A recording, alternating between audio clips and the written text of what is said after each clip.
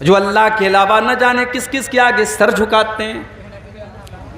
ہونا تو یہ چاہیے تھا کہ ہم ان کو بھی توحید کی دعوت دیتے، ہم ان کو بھی اسلام سمجھاتے، ہم ان کو لا الہ الا اللہ سمجھاتے، مگر ہم کیا کر رہے ہیں؟ ہم بھائی چارہ دکھانے کے لیے، ہم بھائی چارے کو ثابت کرنے کے لیے ان کو شبھ دیپاولی بول رہے ہیں.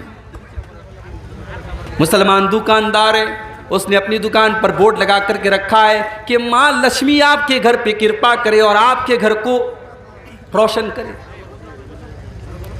میرے پیارے ساتھیوں، بہت اچھی چیز ہے بھائی چارہ، بہت اچھی چیز ہے آپس کا صدبھاؤ، مگر اسلام آپ کو اس بات کی اجازت نہیں دیتا کہ آپ بھائی چارہ اور صدبھاؤ کے چکر میں اپنے عقیدے اور ایمان کو داؤں پہ لگا دیں. جو اسلام ایک طرف آپ کو اس بات کی تعلیم دیتا ہے کہ آپ غیر مسلموں کے ساتھ اچھا سلوک کریں، ان کے ساتھ میل ملاپ رکھیں، ان کے ساتھ اچھا سلوک کریں، ان کو تحفے تحائف دیں، ان سے تحفے تحائف لے لیں، وہی اسلام آپ کو یہ تعلیم بھی دیتا ہے قُلْ يَا أَيُّهَا الْكَافِرُونَ لَا أَعْبُدُ مَا تَعْبُدُونَ وَلَا أَنْتُمْ عَابِدُونَ مَا أَعْبُدُ وَلَا أَنَا عَابِدٌ مَا عَبَدتُّمْ لَكُمْ دِينُكُمْ وَلِيَ دِينِ. وہی اسلام یہ تعلیم بھی دیتا ہے کہ اے نبی آپ ان لوگوں سے کہہ دیجئے جو کافر ہیں، جو اللہ کی توحید پر عمل نہیں کرتے، جو اللہ کو ایک نہیں مانتے، جو ایک اللہ کی توحید کے قائل نہیں ہیں، ان کے سامنے آپ اعلان کر دیجئے لا اعبد ما تعبدون، تم جس کی پوجا کرتے ہو اس کی پوجا میں نہیں کر سکتا، ولا انتم عابدون ما اعبد، اور جس کی میں عبادت کرتا ہوں تم اس کی پوجا نہیں کرتے. جب تک تم غیر اللہ کو چھوڑ نہیں دو گے تم ایک اللہ کی عبادت کرنے والے نہیں مانے جاؤ گے. ایمان کے بارے میں اسلام کوئی کمپرومائز نہیں کرتا. ایک ایسا موقع بھی آیا تھا، اللہ کے نبی کے سامنے یہ آفر بھی آیا تھا کہ اے محمد ایک دن تم ہمارے 360 بتوں کی عبادت کرو اور ایک دن ہم لا الہ الا اللہ ہم بھی کہیں گے، ہم بھی تمہارے ساتھ نماز پڑھیں گے. ایک دن تم ہماری والی کر لو، ایک دن ہم تمہاری والی کر لیں گے. کیا جواب دیا اللہ کے پیارے نبی نے؟ آپ نے یہی سورہ کافرون کی آیت پڑھ کے سنا دی لا اعبد ما تعبدون، جس کی تم عبادت کرتے ہو اس کی میں نہیں کر سکتا، ولا انتم عابدون ما اعبد، اور جس کی میں عبادت کرتا ہوں تم شرک پر رہتے ہوئے تم اس کی عبادت کر ہی نہیں سکتے. لکم دینکم ولی دین، تم اپنے دین پر عمل کرو میں اپنے دین پر عمل کرتا ہوں. تو بھائی چارہ اور صدبھاؤ ایسے بھی تو قائم ہو سکتا ہے بھائی. ابھی میں منجھیلی گیا تھا عصر کے بعد، راستے میں کئی مسلمانوں کے گھر مجھے نظر آئے جنہوں نے اپنے گھروں کو دیپوں سے سجا کے رکھا. کیوں صاحب؟ میں اس کو بھائی چارہ نہیں مانتا. یہ بھائی چارہ نہیں ہے، ڈھکوسلا ہے. یہ کوئی غیر مسلم ٹوپی لگا لے اس کو ہم سمجھتے صاحب یہ بھائی چارہ ہے، اور کوئی مسلم کسی مورتی کے آگے پوجا کرے ہم اس کو بھائی چارہ کہتے ہیں. بھائی چارہ یہ نہیں ہے. بھائی چارہ یہ ہے کہ مسلمان مسجد میں عبادت کرے اور غیر مسلم اپنی مندر میں پوجا کرے، اور مسلمان کی عبادت پر اس غیر مسلم کو کوئی اعتراض نہ ہو، اور اس غیر مسلم کی عبادت پر ہمیں کوئی اعتراض نہ ہو. وہ اپنے مذہب پر عمل کرے، ہم اپنے مذہب پر عمل کریں، ہمارے مذہب میں کوئی دوسرا انٹرفیئر نہ کرے، دوسرے کے دھرم میں ہم انٹرفیئر نہ کریں. یہ ہے اصل بھائی چارہ. بھائی چارہ یہ نہیں ہے کہ صاحب ہم ان کے بت کے سامنے جا کر کے ہم ہاتھ جوڑیں اور عبادت کریں، اور ان کے دیپاولی پر ہم مبارکباد دیتے ہوئے کہیں کہ ماں لکشمی آپ کے اوپر کرپا کرے، اور وہ عید کے موقع پر ٹوپی لگا کے جالی والی اور رومال پہن کر کے ہمارے گھر میں آ کے سوئی کھائیں. ضروری نہیں ہے میرے بھائی. بھائی چارے کے لیے اپنے مذہب کو چھوڑ کر کے دوسرے مذہب کے جو ایکٹیویٹیز ہیں اور جو چیزیں ہیں ان پر عمل کرنا یہ صحیح نہیں ہے. ہم توحید کی اہمیت کو سمجھیں میرے بھائی. ہمارے نبی دنیا میں توحید لے کر کے آئے تھے. اگر ہمارے نبی دنیا کے سب سے بہترین نبی ہیں، سب سے افضل نبی ہیں، تو ہم بھی دنیا کی سب سے بہترین امت ہیں. اور ہمیں سب سے بہترین امت کا جو لقب ملا ہے، جو ٹائٹل ملا ہے، یہ ٹائٹل کیوں ملا ہے؟ اللہ نے اس ٹائٹل کی وجہ قرآن میں کیا بتائی ہے؟ کنتم خیر امت اخرجت للناس تأمرون بالمعروف وتنہون عن المنکر وتؤمنون باللہ.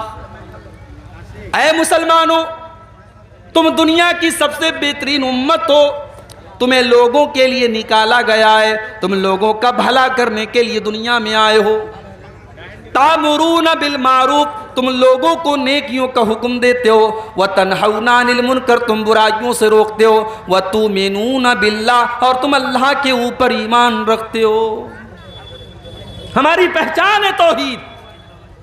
اگر ہمارے اندر توحید نہیں ہے، ہم ایک اللہ کے اوپر ایمان نہیں رکھتے، اللہ کو چھوڑ کر کہیں اور ہماری پیشانی جھکتی ہے، تو میرے بھائی ہم بہترین امت کہلانے کے لائق نہیں ہیں۔ تو میرے عزیزوں، میرے دوستوں، جب ہم یہ کہتے ہیں کہ ہم مسلمان ہیں تو دنیا ہمارے اندر اسلام کو تلاش کرتی ہے۔ دنیا قرآن نہیں پڑھے گی، دنیا حدیث بعد میں پڑھے گی، دنیا ہمارے نبی کی سیرت بعد میں پڑھے گی، دنیا پہلے ہمارا کردار دیکھے گی، ہمارا اخلاق دیکھے گی، دنیا پہلے ہمیں دیکھے گی اور ہم سے اندازہ لگائے گی کہ مسلمان ایسے ہوتے ہیں، اس کا مطلب اسلام ایسا ہوتا ہے۔ ہمیں اور آپ کو اپنی ذمہ داریوں کا احساس ہونا چاہیے میرے بھائی۔ ہمارے پیارے نبی کو جب اپنی ذمہ داریوں کا احساس ہوتا تھا، اللہ کے پیارے نبی کی آنکھوں میں آنسو آ جاتے تھے۔ بخاری کے الفاظ ہیں، اللہ کے پیارے نبی حضرت عبداللہ بن مسعود سے کہتے ہیں، اقرأ علی القرآن، اے عبداللہ تم مجھے قرآن پڑھ کے سناؤ۔ حضرت عبداللہ قرآن کے بڑے اچھے قاری تھے، قرآن کے بڑے اچھے قاری تھے حضرت عبداللہ بن مسعود، قرآن کے حافظ تھے۔ آج اچھے اچھے مولانا لوگوں کو دیکھتا ہوں کہ اپنے بچوں کو عالم نہیں بنانا چاہتے۔ پوچھو بیٹا کہاں پڑھتا ہے، کہتے کانوینٹ میں پڑھتا ہے۔ بیٹا کیا کر رہا ہے، انجینئرنگ کر رہا ہے۔ بیٹا کیا کر رہا ہے، MBBS کر رہا ہے۔ بہت اچھی بات ہے، ہمیں اچھے ڈاکٹروں کی بھی ضرورت ہے، ہمیں انجینئروں کی بھی ضرورت ہے، ہمیں اچھے وکیلوں کی بھی ضرورت ہے میرے بھائی۔ مگر یہ بات یاد رکھیے، دنیا کے لاکھوں اور کروڑوں انجینئر، ڈاکٹر اور وکیل مل کر کے قرآن کے ایک حافظ کے برابر نہیں ہو سکتے۔ یہ مدرسے میں پڑھنے والے بچے جو قرآن کے حافظ ہوتے ہیں، جو قرآن پڑھتے ہیں، جو دن رات بیٹھ کر کے قرآن و حدیث پڑھتے ہیں، یونیورسٹی میں اور کالج میں پڑھنے والا اپ ٹو ڈیٹ لڑکا، چاہے وہ کتنا ٹیلنٹڈ ہو جائے اور کتنا ہی قابل نہ ہو جائے اور لاکھوں کروڑوں کمانے والا نہ ہو جائے، اس قرآن کے حافظ کے برابر نہیں ہو سکتا ہے۔ عبداللہ بن مسعود قرآن کے قاری ہیں، اتنا اچھا قرآن پڑھتے ہیں کہ اللہ کے نبی کہا کرتے تھے، جس کو قرآن بالکل تر و تازہ سننا ہو وہ عبداللہ سے قرآن سن لے۔ جب یہ قرآن پڑھتے تھے ایسا لگتا تھا قرآن ابھی نازل ہو رہا ہے، قرآن ابھی اتر رہا ہے، قرآن ابھی اترا ہے اور عبداللہ بن مسعود اس کی تلاوت کر رہے ہیں۔ او میرے نوجوان ساتھیوں، اپنے کانوں میں ایئر بڈس اور ایئر فون لگا کر کے گانے سننے والے میرے نوجوان ساتھیوں، بائک کے اوپر گانا سن کے جا رہے ہو، کار میں بیٹھ کر کے تم گانے سن رہے ہو، تقریر ہو رہی ہے کہیں سائٹ میں بیٹھ کر کے تم گانے سن رہے ہو، کبھی فیس بک کی ریلز پر تم گانے دیکھ رہے ہو، کبھی انسٹاگرام پر تم میوزک سن رہے ہو، کبھی تم واٹس ایپ اور فیس بک کے اوپر گانے سن رہے ہو۔ او میرے نوجوان ساتھیوں، یہ تم گانے کیوں سن رہے ہو، یہ تم میوزک کیوں سن رہے ہو؟ اگر تم یہ کہتے ہو یہ گانے سن کر کے ہمارے دلوں کو سکون ملتا ہے، تو میرے بھائی تم اپنے دل کے بارے میں یہ سمجھ جاؤ، تمہارا دل مردہ ہو چکا ہے۔ جس دل کو گانا سن کر کے سکون ملتا ہو، جس دل کو میوزک کے ذریعے سکون ملتا ہو، اس دل کی جنازے کی نماز پڑھ لو، وہ دل مر چکا ہے، وہ دل مردہ ہو چکا ہے۔ اس لیے کہ قرآن کیا کہتا ہے، الا بذکر اللہ تطمئن القلوب۔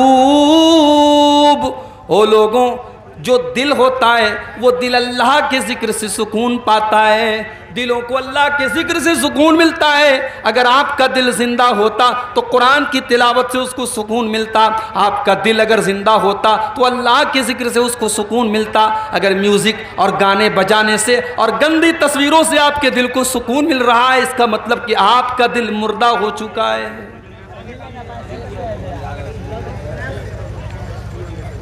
عبداللہ بن مسعود رضی اللہ تعالیٰ عنہ، اللہ کے پیارے نبی کہتے ہیں عبداللہ تم قرآن پڑھ کے سناؤ۔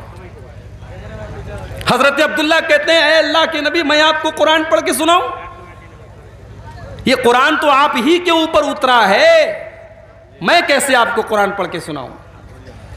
اللہ کے پیارے نبی نے فرمایا اے عبداللہ صحیح بات ہے کہ قرآن میرے اوپر اترا ہے، مگر آج میں قرآن کسی اور کی زبان سے سننا چاہتا ہوں۔ اے عبداللہ تم قرآن کی تلاوت کرو، میں سننا چاہتا ہوں۔ حضرت عبداللہ کہتے ہیں میں سورہ نساء کی تلاوت کرنے لگا، سورہ نساء میں پڑھنے لگا، میں تلاوت کرتا چلا جا رہا ہوں، اللہ کے نبی غور سے سنتے چلے جا رہے ہیں۔ جب میں سورہ نساء کی تلاوت کرتے کرتے جب میں اس کی اس آیت کے اوپر پہنچا فَكَيْفَ إِذَا جِئْنَا مِنْ كُلِّ أُمَّةٍ بِشَهِيدٍ وَجِئْنَا بِكَ عَلَىٰ هَٰؤُلَاءِ شَهِيدًا، اے نبی آپ کا کیا حال ہوگا جب ہم ہر امت میں سے ایک گواہ کو لائیں گے، اور اے نبی کل قیامت کے دن ہم آپ کو آپ کی امت کے اوپر گواہ بنا کر کے لائیں گے۔ اللہ کے نبی جب اس آیت کو سنتے ہیں آپ کو اپنی ذمہ داری کا احساس ہونے لگتا ہے، آپ کے دل میں یہ خیال آتا ہے کل قیامت کے دن میری امت کے بارے میں مجھ سے پوچھا جائے گا۔ اللہ کے نبی کی آنکھوں سے آنسو بہنے لگتے ہیں، اللہ کے نبی رونے لگتے ہیں، اور آپ کہتے ہیں کہ عبداللہ بس کرو، اے عبداللہ رک جاؤ۔ حضرت عبداللہ کہتے ہیں جب میں نے نظریں اٹھا کے دیکھی فَإِذَا عَيْنَاهُ تَذْرِفَانِ، اللہ کے نبی کی آنکھوں سے آنسو بہ رہے تھے، اللہ کے نبی رو رہے تھے، آپ کو اپنی ذمہ داری کا احساس تھا۔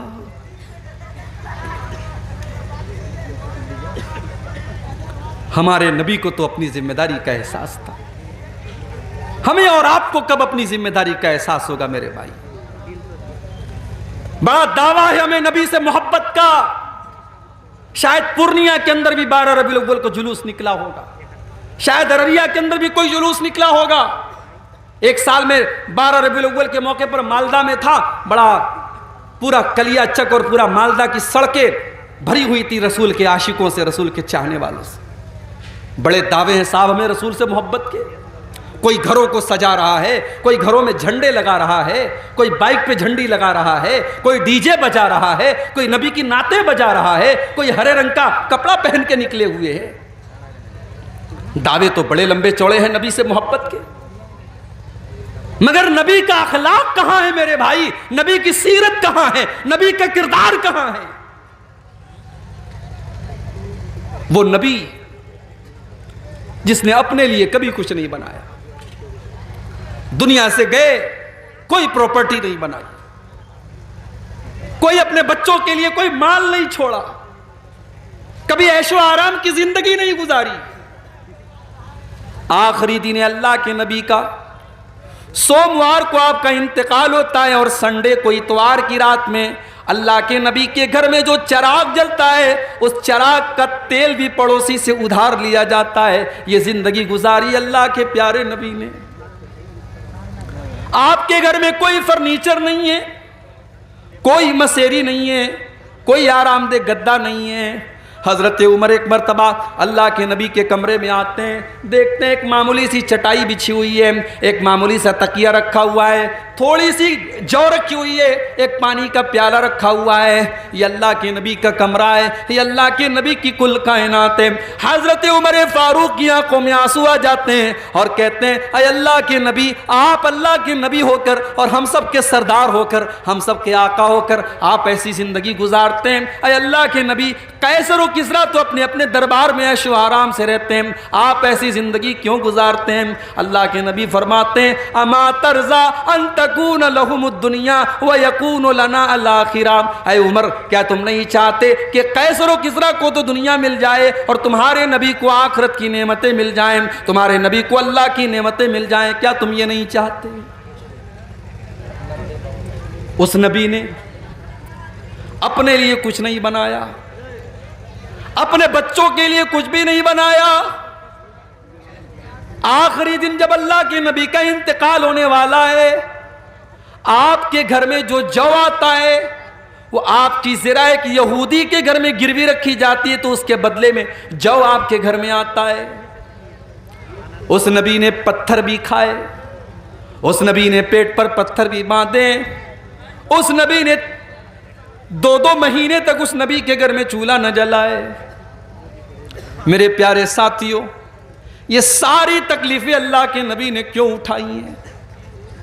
بس ایک ہی دھن تھی آپ کو، ایک ہی چنتا تھی، ایک ہی فکر تھی، ایک ہی ٹینشن تھی کہ اللہ کے بندے اللہ کی توحید پر آ جائیں، اللہ کے بندے صحیح راستے پر آ جائیں، اللہ کے بندے جہنم سے بچ جائیں۔ اور یہ چنتا اور یہ ٹینشن آپ کو اتنی زیادہ تھی کہ اللہ نے قرآن میں کہہ دیا فَلَعَلَّكَ بَاخِعٌ نَفْسَكَ عَلَىٰ آثَارِهِمْ إِن لَّمْ يُؤْمِنُوا بِهَٰذَا الْحَدِيثِ أَسَفًا۔ اے نبی، آپ کو لوگوں کے ایمان کی اتنی فکر ہے کہ کہیں آپ ان کے پیچھے اپنی جان نہ جوخم میں ڈال دیں، کہیں آپ اپنی جان نہ دے دیں، آپ کو اتنی فکر ہے۔ آپ کو بس ایک ہی فکر ستاتی تھی کہ لوگ ایمان لے آئیں، لوگ توحید پر آ جائیں، لوگ جہنم کی آگ سے بچ جائیں۔ آپ نے طائف کے اندر پتھر بھی کھائے، آپ نماز پڑھ رہے ہیں اور عقبہ ابن ابی معیط آتا ہے اور آپ کے گلے میں چادر ڈال کر کے آپ کا گلا دبانے کی کوشش کرتا ہے۔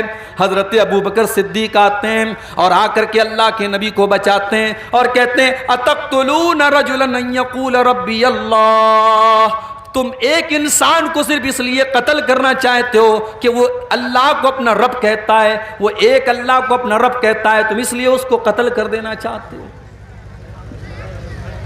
نماز کی حالت میں آپ کے اوپر اونٹنی کی بچہ دانی لا کے رکھ دی گئی، آپ کے اوپر احد کے میدان میں ایسا حملہ کیا گیا کہ آپ کا چہرہ لہو لہان ہو گیا، آپ کے سر سے خون ٹپا ٹپ گر رہا تھا اور آپ کے دانت توڑ دیے گئے، آپ کو زہر دیا گیا، آپ کے اوپر پتھر گرا کر کے آپ کو جان سے مارنے کی کوشش کی گئی، آپ کو آپ کے وطن سے نکالا گیا، آپ کی زندگی میں آپ کی بیٹی کو ایسا حملہ کیا گیا آپ کی بیٹی کے اوپر کہ آپ کی بیٹی کا انتقال ہو گیا۔ میرے پیارے ساتھیوں، یہ سارے دکھ اللہ کے نبی نے کیوں اٹھائے؟ اللہ کے لیے اٹھائے، اللہ کے دین کے لیے اٹھائے، اللہ کی رضا کے لیے اٹھائے۔ ہم بھی تو اسی نبی کا کلمہ پڑھنے والے ہیں، ہمیں اپنی ذمہ داری کا احساس کب ہوگا؟ ہم اسلام کے لیے اور اپنے دین کے لیے کیا کر رہے ہیں؟ جلسہ کر رہے ہیں؟ بہت بڑا تیر مار لیا بھائی صاحب آپ نے، بڑی دور سے چل کے آپ آئے ہیں، آج چمنی بازار میں جلسہ ہے، مگر ذرا اپنے دلوں کو ٹٹولنا کہ کس مقصد کے لیے آئے۔ مقصد اگر یہ ہے کہ عبدالغفار صاحب آئیں گے، تقریر سنیں گے اور صبح آپس میں باتیں کریں گے صاحب تقریر کیسی تھی، اگر یہ مقصد تھا، یا بہت ساری ہماری عورتیں آئی ہیں کہ چلیں آج دیکھیں گے منیر الدین صاحب، ان کو دیکھیں گے آج وہ کیسے دکھنے میں لگتے ہیں، ان کو دیکھنا مقصد تھا، تو معاف کیجئے پھر آپ کا مقصد یہاں آنے کا گڑبڑ ہے۔ انما الاعمال بالنیات، بخاری کی پہلی حدیث ہے، عمل کا ثواب تو نیت کے حساب سے ملے گا۔ اگر نیت یہ ہے کہ جلسے میں جائیں گے 10 باتیں سنیں گے، چلو 10 پر نہیں 10 میں سے 2 بات پر عمل کر لیں گے، اپنی اصلاح کر لیں گے، اپنی کمیوں کو دور کریں گے، اگر یہ مقصد لے کر کے آئے تھے اور مدرسہ قمر العلوم کا تعاون کریں گے، اگر یہ مقصد لے کر کے آئے تھے تب تو ٹھیک ہے، اور اگر تفریح کرنا تھا، انٹرٹینمنٹ کرنا تھا، تو انٹرٹینمنٹ کرنے کے لیے تقریر میں آنا ضروری نہیں ہے، کوئی فلم دیکھ لو، کوئی ناچ گانا دیکھ لو، کوئی اور بےہودہ کام کر لو، اس میں انٹرٹینمنٹ ہو جائے گا۔ دین کو انٹرٹینمنٹ مت بناؤ میرے بھائی، یہ قرآن و حدیث کی مجلس ہے، یہ دین کی مجلس ہے، یہ پروگرام دین کا پروگرام ہے، اس کو منورنجن کا سادھن مت بناؤ، اس کو انٹرٹینمنٹ کا ذریعہ مت بناؤ۔ یہاں آئے ہو تو قرآن و حدیث کی باتوں کو سنو اور اپنی اصلاح کرو۔ ہمارے نبی کی آنکھوں میں آنسو آ گئے۔ آج ہمیں ایسی تقریریں اچھی لگتی ہیں جس میں ہمیں سامنے والا ہنسا دے۔ ایک بات بولوں، ہنسنے کا نہیں رونے کا مقام ہے۔ یہ جو ہم لوگ ہنستے ہیں نا، ہنسنا منع نہیں ہے شریعت میں، مگر جو لوگ ہمیشہ ہنستے رہتے ہیں، موبائل پر دیکھو تو جوک لگا کے سنتے ہیں، کامیڈی والے پروگرام سنتے ہیں، کہتے صاحب میں ہنستا رہتا ہوں۔ ایک حدیث آپ کو سنانے جا رہا ہوں، بڑے غور سے سنیے گا، زیادہ ہنسنے سے بھی دل مردہ ہو جاتا ہے۔ ترمذی کی روایت ہے، اللہ کے پیارے نبی فرماتے ہیں میں 5 باتیں بیان کرنے جا رہا ہوں، ان 5 باتوں کو کون سیکھے گا؟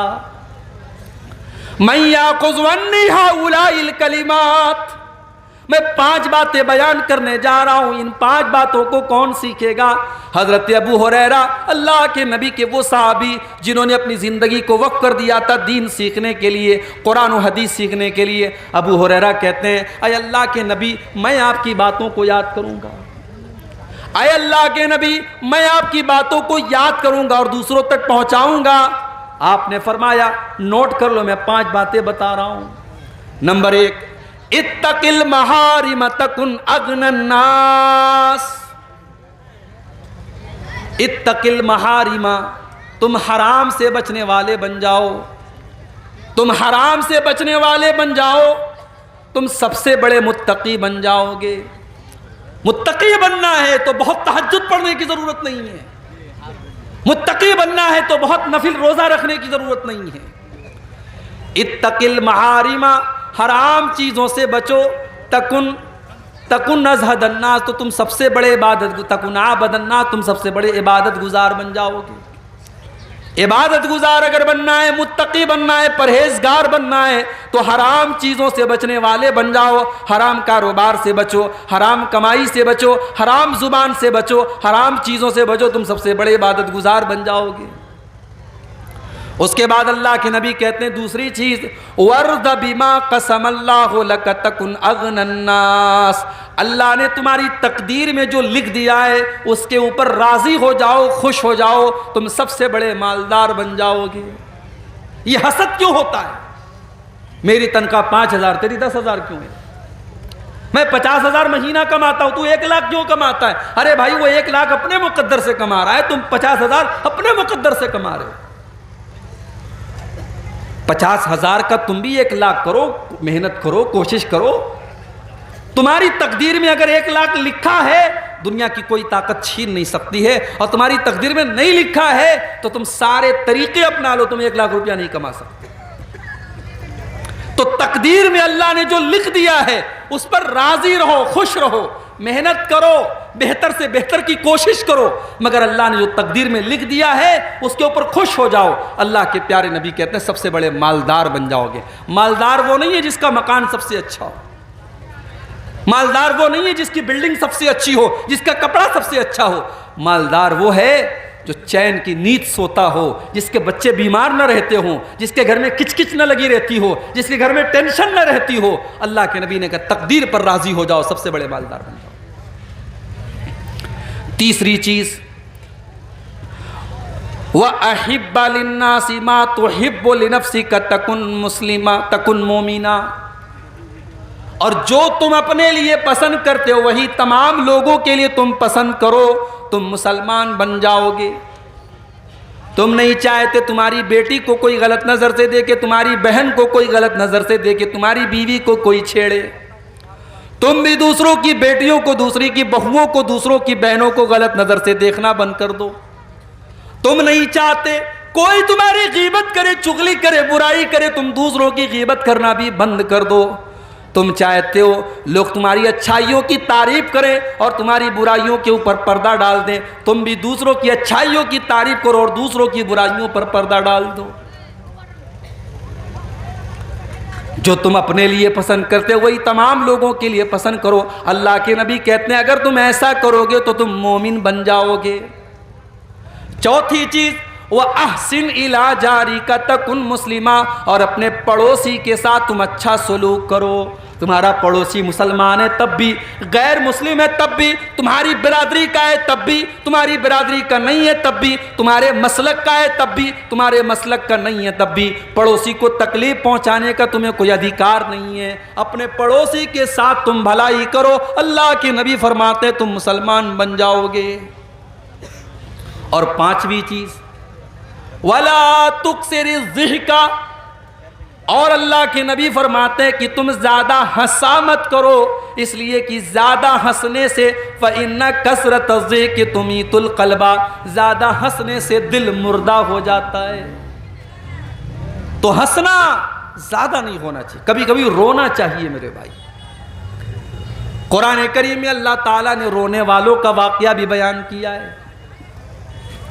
قرآن کا 7واں پارہ کھولو، وَإِذَا سَمِعُوا مَا أُنزِلَ إِلَى الرَّسُولِ تَرَىٰ أَعْيُنَهُمْ تَفِيضُ مِنَ الدَّمْعِ مِمَّا عَرَفُوا مِنَ الْحَقِّ۔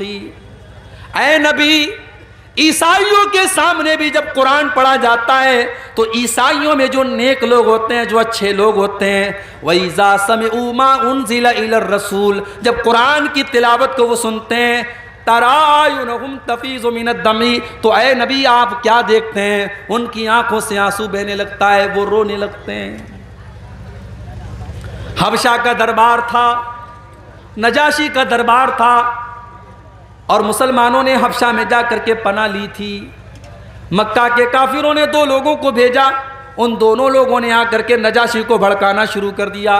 کہا اے نجاشی، اے حبشہ کے بادشاہ، یہ لوگ جو آپ کے ملک میں آئے ہیں یہ حضرت عیسیٰ علیہ السلام کو برا بھلا کہتے ہیں، یہ حضرت مریم کو برا بھلا کہتے ہیں، یہ ہمارے ملک سے بغاوت کر کے آئے ہیں، آپ ان کو ہمارے حوالے کر دیجئے۔ نجاشی نے مسلمانوں کو بلوایا، مسلمانوں نے حضرت جعفر رضی اللہ تعالیٰ عنہ کو اپنا نمائندہ بنایا۔ نجاشی نے کہا کہ اے مسلمانوں، ہمیں پتہ لگا ہے کہ تم عیسیٰ علیہ السلام کو برا بھلا کہتے ہو، تم حضرت مریم کو برا بھلا کہتے ہو، تمہارا کیا خیال ہے؟ حضرت جعفر نے کہا کہ اے نجاشی، اے حبشہ کے بادشاہ، میں کوئی اور بات تو نہیں بیان کروں گا، میں قرآن کی آیتیں آپ کے سامنے پڑھ دیتا ہوں۔ اس کے بعد سورہ مریم کی تلاوت کرنا شروع کر دیا۔ کبھی موقع ملے تو سورہ مریم کی کسی اچھے قاری کی آواز میں سورہ مریم کی تلاوت سنو میرے بھائی، اگر اندر سے روح نہ سرسار ہو جائے تو کہنا۔ قرآن کا انداز، کوئی اچھا قاری جب قرآن پڑھے۔ حضرت جعفر تو اللہ کے نبی کے صحابی ہیں، جب انہوں نے اپنے انداز میں قرآن کو پڑھنا شروع کیا، وَاذْكُرْ فِي الْكِتَابِ مریم، جب انہوں نے حضرت مریم کا واقعہ بیان کرنا شروع کیا، عیسیٰ علیہ السلام کے پیدائش کا واقعہ بیان کیا، پیدا ہونے کے بعد جب حضرت مریم عیسیٰ علیہ السلام کو اپنی گود میں لے کر کے گئی اور قوم کے لوگوں نے تانا مارنا شروع کیا، اور حضرت مریم نے اپنی ماں کی گود میں اپنے اللہ کے نبی ہونے کا اعلان کیا، اللہ کے بندے ہونے کا اعلان کیا، جب یہ سورہ مریم کی آیتیں جب حضرت جعفر نے پڑھنا شروع کی، پورا دربار رونے لگا، نجاشی بھی رونے لگے، اور پورا کا پورا دربار سسکیوں سے گونجنے لگا، پورا دربار رونے لگا، اور نجاشی بھی ایمان لے آیا، اور اس کے دربار کے کئی لوگ ایمان لے آئے۔ اللہ نے فرمایا وَإِذَا سَمِعُوا مَا أُنزِلَ إِلَى الرَّسُولِ تَرَىٰ أَعْيُنَهُمْ تَفِيضُ مِنَ الدَّمْعِ، اے نبی جب قرآن ان کے سامنے پڑھا جاتا ہے تو وہ قرآن کو سن کر کے رونے لگتے ہیں۔ میرے پیارے ساتھیوں، قرآن تو وہی آج ہمارے پاس بھی ہے، قرآن وہی ہے، آج اسی قرآن کو ہمارے یہاں تراویح میں پڑھا جاتا ہے، مگر حافظ صاحب نے اگر 1.5 پارے کی جگہ 2 پارا پڑھا دیا، اگر 1 پارے کی جگہ 2 پارا پڑھا دیا تو ہمارا پارا چڑھ جاتا ہے۔ حافظ صاحب آپ نے زیادہ کیوں پڑھا دیا؟ اس قرآن کو سن کر کے آج ہمارے دل کی کوئی دنیا نہیں بدلتی، نہ ہماری آنکھوں سے آنسو آتے ہیں۔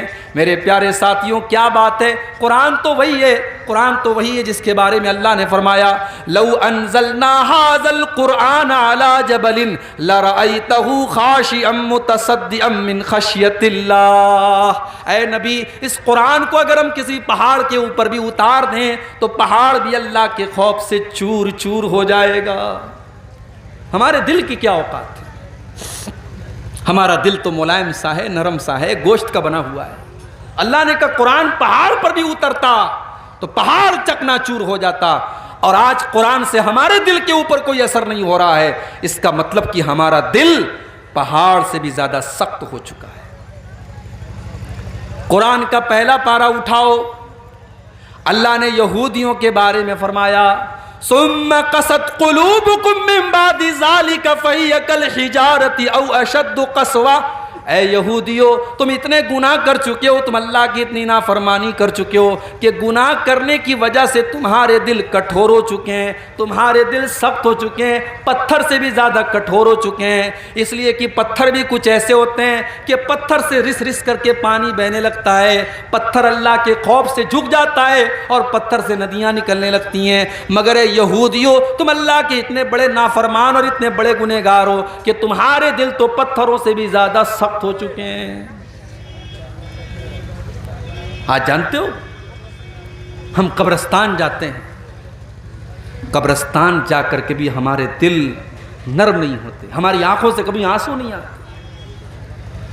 جنازے میں ہم جاتے ہیں، جنازے کو قبر میں اتارا جا رہا ہے اور ہم بیٹھ کر کے دنیا کی باتیں کر رہے ہیں، ہم انڈیا پاکستان کے میچ کی بات کر رہے ہیں، ہم وراٹ کوہلی کے شاٹ کی تعریف کر رہے ہیں، ہم دنیا کی باتیں کر رہے ہیں، ہم قبرستان میں کھڑے ہو کر کے دنیا کی باتیں کر رہے ہیں۔ میرے پیارے ساتھیوں، یہ کتنی سخت دلی کی بات ہے۔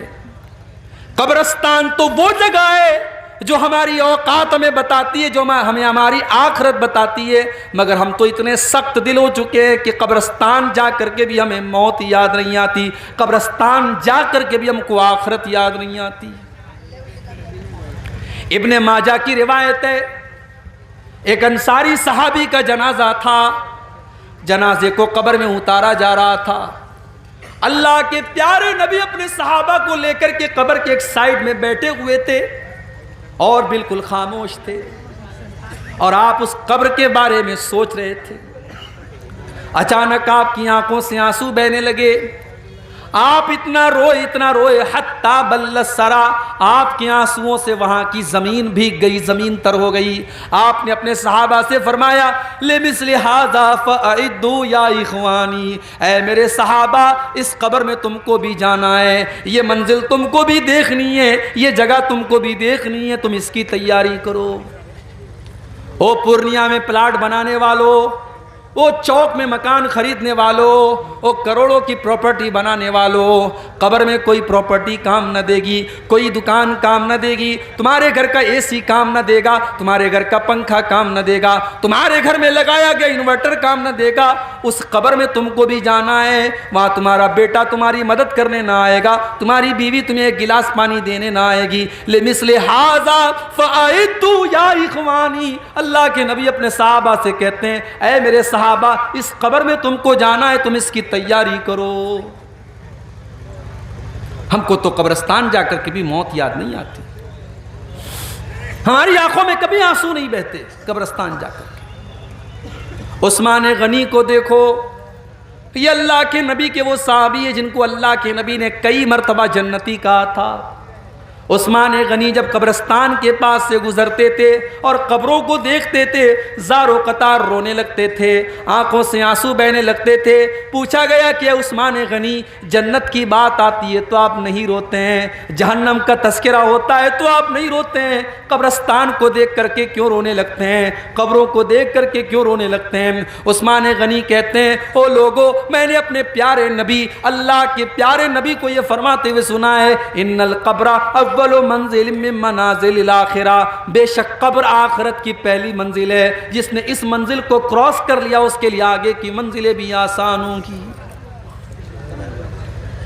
میرے نوجوان ساتھیوں، جیسے تم فیس بک کے لیے ٹائم نکالتے ہو، جیسے تم واٹس ایپ کے لیے ٹائم نکالتے ہو، کچھ ٹائم نکالو زندگی میں ایسا جب ہم ہوں، ہمارا اللہ ہو اور ہماری آنکھوں میں آنسو، تنہائی میں بیٹھ کر اپنے پاپوں کو ہم یاد کریں، اپنے گناہوں کو یاد کریں اور اللہ کی بارگاہ میں ہم دو چار آنسو بہا لیں۔ اللہ کی قسم یہ آنسو اللہ کو بہت پسند ہے۔ جس آنکھ سے اللہ کے خوف سے آنسو بہے گا، اس آنکھ کو اللہ تعالیٰ جہنم کی آگ میں نہیں ڈالے گا۔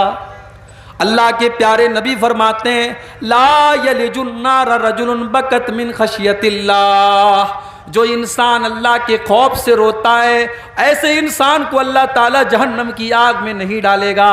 حتی یعود اللبن فی الزرع، یہاں تک کہ جانور کے تھن کا دودھ نکل کر کے واپس چلا جائے، جو کہ امپاسبل ہے، اسمبھو ہے، ناممکن ہے۔ جانور کے تھن سے دودھ نکل کر کے تھن میں واپس نہیں جا سکتا۔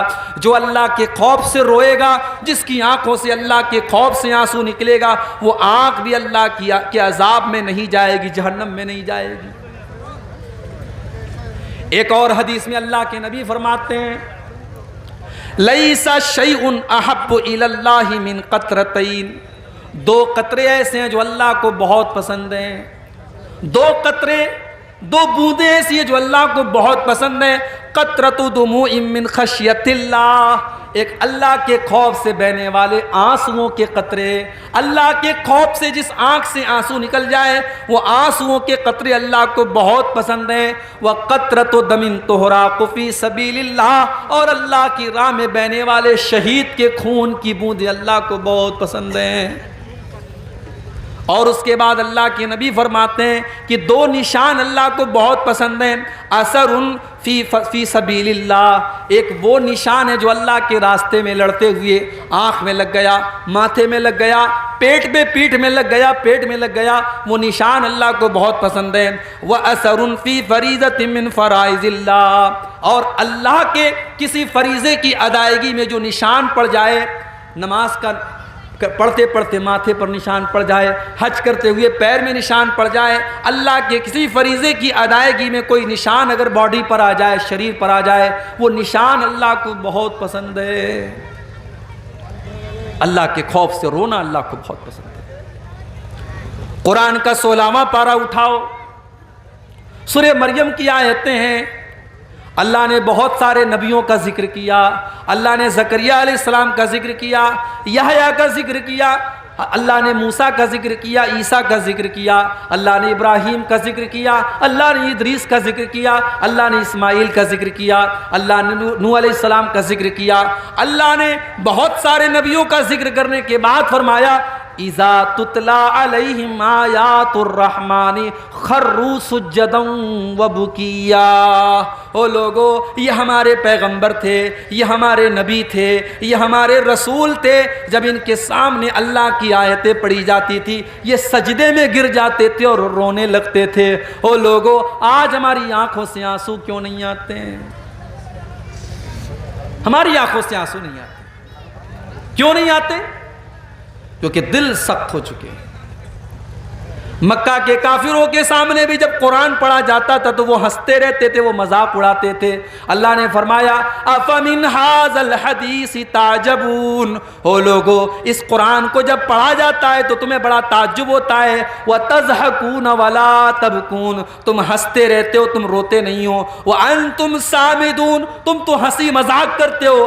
آج بھی قرآن پڑھا جاتا ہے اور ہم ہنسی مذاق میں لگے رہتے ہیں، قرآن کی تلاوت ہوتی ہے اور ہم کھیلتے رہتے ہیں، ہم مذاق کرتے رہتے ہیں۔ آج قرآن پڑھا جاتا ہے اور ہمارے دل کے اوپر کوئی اثر نہیں ہوتا۔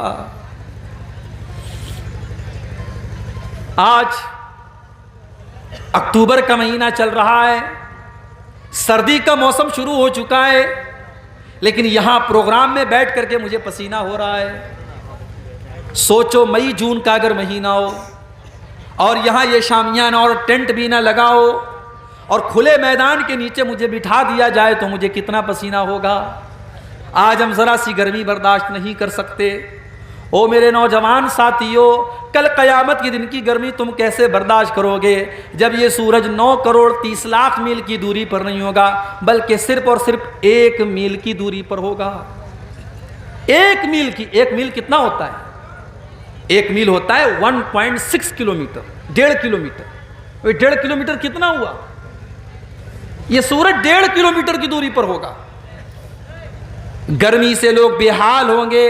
اللہ تبارک و تعالیٰ اپنے کچھ اسپیشل بندوں کو، اپنے کچھ خاص بندوں کو اپنے عرش کا سایہ دے گا، ان کو گرمی نہیں لگے گی، ان کو دھوپ نہیں لگے گی، ان کو پسینہ نہیں ہوگا۔ کون ہوں گے وہ اسپیشل بندے؟ اللہ کے نبی فرماتے ہیں وہ 7 طریقے کے لوگ ہوں گے، اس میں ایک وہ نوجوان بھی ہوگا، اس میں وہ ایک لڑکی بھی ہوگی، وہ ایک لڑکا بھی ہوگا، وہ ایک انسان بھی ہوگا۔ وَرَجُلٌ ذَكَرَ اللَّهَ خَالِيًا فَفَاضَتْ عَيْنَاهُ، جس نے تنہائی میں اللہ کو یاد کیا ہوگا، جس نے اکیلے میں اللہ کو یاد کیا ہوگا اور اس کی آنکھوں سے آنسو بہنے لگیں گے۔ ہماری آنکھ سے تو آنسو نہیں بہتے۔ ہم تو کبھی رات میں تنہائی میں بیٹھتے بھی ہیں تو یوٹیوب چلا رہے ہیں، کیا دیکھ رہے ہیں اللہ جانتا ہے، ہم جانتے ہیں۔ اب تو گناہ آسان ہو گیا نا۔ پہلے لوگوں کو ٹی وی لگانی پڑتی تھی، سی ڈی لانی پڑتی تھی، کمرہ بند کرنا پڑتا تھا۔ اب تو سب کے پاس موبائل ہے، بوڑھے کے پاس، جوان کے پاس، لڑکے کے پاس، لڑکی کے پاس۔ اب کون نظر رکھے گا بھائی؟ اب تو بس ایک ہی کیمرہ ہے جو آپ کے اوپر نظر رکھ رہا ہے، اور وہ کیمرہ ہے اللہ کا کیمرہ۔ اللہ کے کیمرے میں سب ریکارڈ ہو رہا ہے۔ یہ رات کو 12 بجے آپ کے موبائل میں کیا دیکھ رہے ہیں آپ نے ہسٹری ڈیلیٹ کر دی، آپ نے موبائل سے ثبوت مٹا دیا، مگر اللہ تعالیٰ کے جو ثبوت ریکارڈ ہو رہا ہے وہ تو نہیں مٹے گا۔ وَإِنَّ عَلَيْكُمْ لَحَافِظِينَ كِرَامًا كَاتِبِينَ، میرے بندو ہم نے تمہارے اعمال کو ریکارڈ کرنے کے لیے کرامن کاتبین کو مقرر کر دیا ہے۔ یعلمون ما تفعلون، وہ تمہارے ایک ایک عمل کو ریکارڈ کر رہے ہیں، وہ تمہاری ایک ایک حرکت کو لکھ رہے ہیں۔ او میری پیاری ماں بہنوں، تم جلسے میں آ کر کے کیا کیا باتیں کر رہی ہو، کس کی شکایتیں کر رہی ہو؟ کوئی بہو اپنی ساس کی شکایت کر رہی ہے، کوئی ننند اپنی بھابھی کی شکایت کر رہی ہے، کوئی دیورانی جیٹھانی کی غیبت کر رہی ہے۔ تم زبان سے جو بول رہی ہو، ما یلفظ من قول الا لدیہ رقیب عتید، تمہاری زبان سے جو الفاظ نکلتے ہیں وہ بھی ریکارڈ کیے جا رہے ہیں، وہ بھی اللہ کے یہاں نوٹ کیے جا رہے ہیں۔ تو ہم تو تنہائی میں بیٹھ کر کبھی اللہ کو یاد نہیں کرتے، ہم تو گناہ کرتے ہیں، ہم تو اللہ کو ناراض کرتے ہیں۔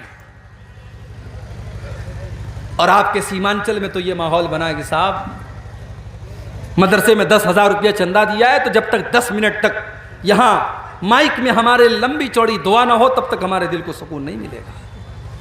وہ سب دور بھول جاؤ، نیکی کر دریا میں ڈال۔ آج کل کا ماحول کیا ہے؟ نیکی کر فیس بک پر ڈال، نیکی کر یوٹیوب پر ڈال، نیکی کر واٹس ایپ پر ڈال، نیکی کر اسٹیٹس پر ڈال۔ آج تو وہ دور آ گیا ہے، آج نیکی کم اور پرچار زیادہ کیا جاتا ہے۔ 10 لوگوں کو کھانا کھلا کے 100 لوگوں کو دکھایا جاتا ہے، تو وہ دور آ گیا۔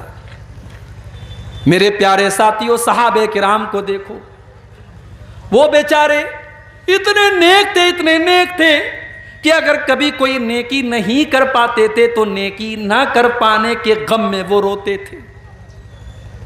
جیسے کوئی غریب آدمی آیا، مدرسہ قمر العلوم کا جلسہ چل رہا ہے،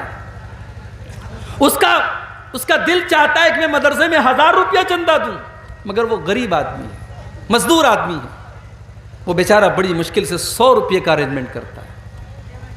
وہ 100 روپے لا کے دیتا ہے تو اس کی آنکھ میں آنسو آ جاتے ہیں۔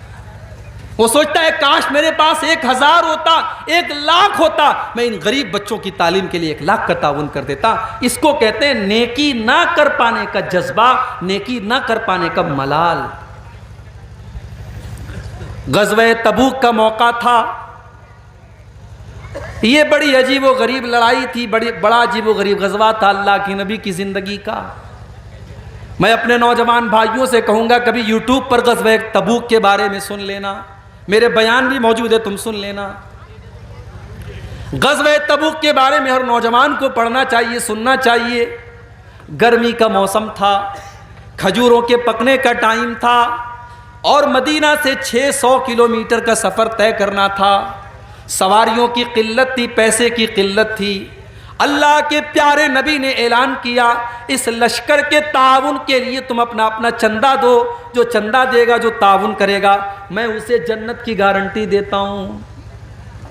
صحابہ کرام اپنی اپنی حیثیت کے مطابق، اپنی اپنی طاقت کے مطابق اللہ کے نبی کے پاس آ کر کے تعاون کرنے لگے۔ کچھ صحابہ غریب تھے، مزدوری کرتے تھے، وہ اوور ٹائم کام کر کے، رات کو کام کر کے جو رات کی مزدوری ہوتی تھی وہ لا کر کے 1 مٹھی یا 2 مٹھی جو لاتے تھے اور اللہ کے نبی کو دے دیتے تھے اور کہتے تھے اے اللہ کے نبی میں غریب آدمی ہوں، یہ 1 مٹھی جو لے کر کے آیا ہوں، یہ 2 مٹھی جو لے کر کے آیا ہوں، اے اللہ کے نبی یہ میری کیپیسٹی یہی ہے، میری طاقت یہی ہے، آپ اس کو قبول کر لیجئے۔ اللہ کے نبی بڑی خوشی خوشی قبول کر لیتے تھے۔ منافق لوگ مذاق اڑاتے تھے، دیکھو یہ 1 مٹھی جو کے ذریعے اسلام کی خدمت کرنے کے لیے آئے ہیں۔ اللہ کے پیارے نبی کہتے تھے او لوگو میرے ان غریب صحابہ کا مذاق نہ اڑاؤ، لو انفق احدکم مثل احد ذہبا، تم احد پہاڑ کے برابر بھی اگر سونا خرچ کر دو گے، میرے ان غریب صحابہ نے 1 مٹھی یا 2 مٹھی جو دیا ہے تم اس کا مقابلہ نہیں کر سکتے۔ اسی میں کچھ غریب صحابہ اللہ کے نبی کے پاس آئے، اے اللہ کے نبی ہم بھی آپ کے ساتھ غزوہ تبوک میں جانا چاہتے ہیں۔ آپ نے پوچھا کیا تمہارے پاس سواری کا سادن ہے؟ اے اللہ کے نبی ہمارے پاس سواری کا سادن نہیں ہے۔ آپ نے فرمایا میں تم کو لے کے نہیں جا سکتا، ہمارے پاس سواریاں محدود ہیں، ہم تمہیں اپنے ساتھ لے کے نہیں جا سکتے۔ تمہیں اگر چلنا ہے تو سواری کا انتظام کرو ورنہ ہم تمہیں لے کر کے نہیں چل سکتے۔ وہ بیچارے غریب صحابہ تھے، ان کے پاس سواری کا سادن نہیں تھا، اونٹ نہیں تھا، گھوڑا نہیں تھا، وہ پلٹ کر کے جانے لگے۔ جب پلٹ کر کے جانے لگے ان کی آنکھوں سے آنسو بہنے لگے۔ انہوں نے نبی کے سامنے اپنے آنسوؤں کو ظاہر نہیں کیا، وہ پلٹ کر کے جب جانے لگے تب ان کی آنکھوں سے آنسو بہ رہے ہیں۔ نبی نے ان کے آنسوؤں کو نہیں دیکھا، مگر اللہ نے قرآن میں ان کے آنسوؤں کا ذکر کیا۔ قرآن کے 10ویں پارے کے آخر میں اللہ نے فرمایا وَلَا عَلَى الَّذِينَ إِذَا مَا أَتَوْكَ لِتَحْمِلَهُمْ قُلْتَ لَا أَجِدُ مَا أَحْمِلُكُمْ عَلَيْهِ تَوَلَّوْا وَأَعْيُنُهُمْ تَفِيضُ مِنَ الدَّمْعِ حَزَنًا أَلَّا يَجِدُوا مَا يُنْفِقُونَ۔ اے نبی میرے ان غریب صحابہ کو ذرا دیکھیے جو آپ کے پاس آ کر کے کہتے ہیں کہ اے اللہ کے نبی ہم کو بھی لے کے چلیے، اور آپ کہتے ہیں میرے پاس سواری نہیں ہے۔ تو اے میرے نبی وہ پلٹ کر کے جب جاتے ہیں تو رونے لگتے ہیں، ان کی آنکھوں سے آنسو بہنے لگتے ہیں۔ حزناً اللہ یجدوا ما ينفقون، انہیں ملال ہے اس بات کا کہ کاش ان کے پاس بھی اتنا ہوتا کہ آج وہ اسلام کے لیے کچھ کر سکتے۔ میرے پیارے ساتھیوں، یہ نبی کے صحابہ ہیں، ان کی آنکھوں میں اس لیے آنسو ہیں کہ وہ اسلام کی مدد نہیں کر پا رہے ہیں۔ آج ہمارے پاس گھر ہے، زمین ہے، جائیداد ہے، مال ہے، بہت کچھ ہے، مگر ہم اللہ کے دین کے لیے 1 منٹ نہیں دینا چاہتے ہیں، 1 روپیہ نہیں دینا چاہتے ہیں۔ ہم کتنے پیچھے ہیں ان چیزوں میں، ذرا ہم اور آپ غور۔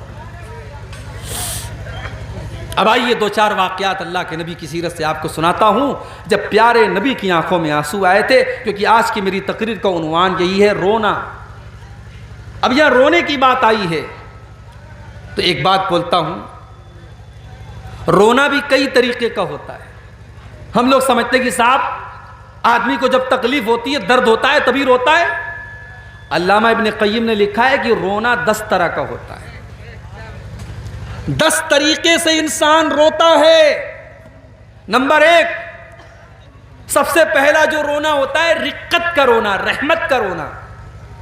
آپ نے کسی کو تکلیف میں دیکھا، آپ کو ترس آ گیا، رحم آ گیا، اب رحم آنے کی وجہ سے آپ کی آنکھوں میں آنسو ہے، یہ رحمت کا رونا ہے۔ دوسرا، خوف کا رونا، آپ کو ڈر لگ رہا ہے، پتہ نہیں کیا ہوگا، کرفیو لگا ہے، آپ کا بچہ باہر کہیں گیا، آپ کو ڈر لگ رہا ہے میرے بچے کے ساتھ پتہ نہیں کیا ہوگا، یہ خوف کا رونا ہے۔ اور تیسرا رونا محبت کا رونا۔ شوہر پورنیہ سے ممبئی گیا ہے کام کرنے کے لیے، بیوی سے دور ہے، بیوی شوہر سے بات کر رہی ہے، بیوی کی آنکھوں میں آنسو آ گئے، یہ محبت کا رونا ہے۔ بیٹا سعودی گیا ہے، ماں بچے سے بات کر رہی ہے، ماں کی آنکھوں میں آنسو آ گئے، یہ محبت کا رونا ہے۔ یہ رونے کی تیسری قسم ہے۔ نمبر 4، خوشی کا رونا۔ بچہ امتحان میں کامیاب ہو گیا، گھر میں آیا، ماں کو سنایا، ماں رونے لگی۔ بیٹا قرآن کا حافظ بن گیا، گھر میں آیا، باپ رونے لگا، خوشی کا رونا۔ اور علامہ ابن قیم کہتے ہیں نا، خوشی کا جب رونا ہوتا ہے تو آنسو ٹھنڈے ہوتے ہیں، اور جب تکلیف میں آدمی روتا ہے تو آنسو گرم ہوتے ہیں۔ بڑے پتے کی بات ہے۔ اسی لیے عربی میں خوشی کی کوئی جب خبر ملتی ہے تو کہا جاتا ہے قرۃ عینی، میری آنکھوں کی ٹھنڈک ہے یہ چیز۔ جیسے اللہ کے نبی نے نماز کے بارے میں فرمایا، جو الت قرۃ عینی فی الصلاۃ، نماز میری آنکھوں کی ٹھنڈک ہے۔ جب آدمی خوش ہوتا ہے تو آنکھوں سے ٹھنڈا آنسو نکلتا ہے۔ اور رونے کی 5ویں قسم، درد اور تکلیف سے رونا۔ چوٹ لگ گئی، آپ کی آنکھوں میں آنسو بہنے لگا، بچھو نے ڈنک مار لیا، آنکھوں سے آنسو بہنے لگا، تو تکلیف کا رونا ہوتا ہے۔ رونے کی 6ٹھی قسم، غم اور ملال کا رونا۔ باپ کا انتقال ہو گیا، بیٹا رو رہا ہے، بیوی کا انتقال ہو گیا، شوہر رو رہا ہے، یہ غم کا رونا ہے۔ اس کے بعد رونے کی 7ویں قسم، علامہ ابن قیم کہتے ہیں کمزوری اور بڑھاپے کا رونا۔ انسان بوڑھا ہو گیا، 70-80 سال کا ہو گیا، اب بیچارہ چل نہیں پا رہا ہے، اس کی آنکھوں سے آنسو آ گئے۔ رونے کی 8ویں قسم، نفاق کا رونا، نقلی رونا، دکھاوٹی رونا۔ جیسے یوسف علیہ السلام کے بھائی لوگ آئے تھے اپنے باپ کے پاس، وَجَاءُوا أَبَاهُمْ عِشَاءً يَبْكُونَ، رات کو اپنے باپ کے پاس روتے ہوئے آئے۔ ابا جان ہم کھیلنے چلے گئے تھے اور یوسف کو سامان کے پاس چھوڑ کے چلے گئے تھے، یوسف کو بھیڑیا کھا گیا۔ رو رہے تھے، نقلی رو رہے تھے، یہ نفاق کا رونا تھا۔ اور رونے کی نویں قسم کرائے کا رونا۔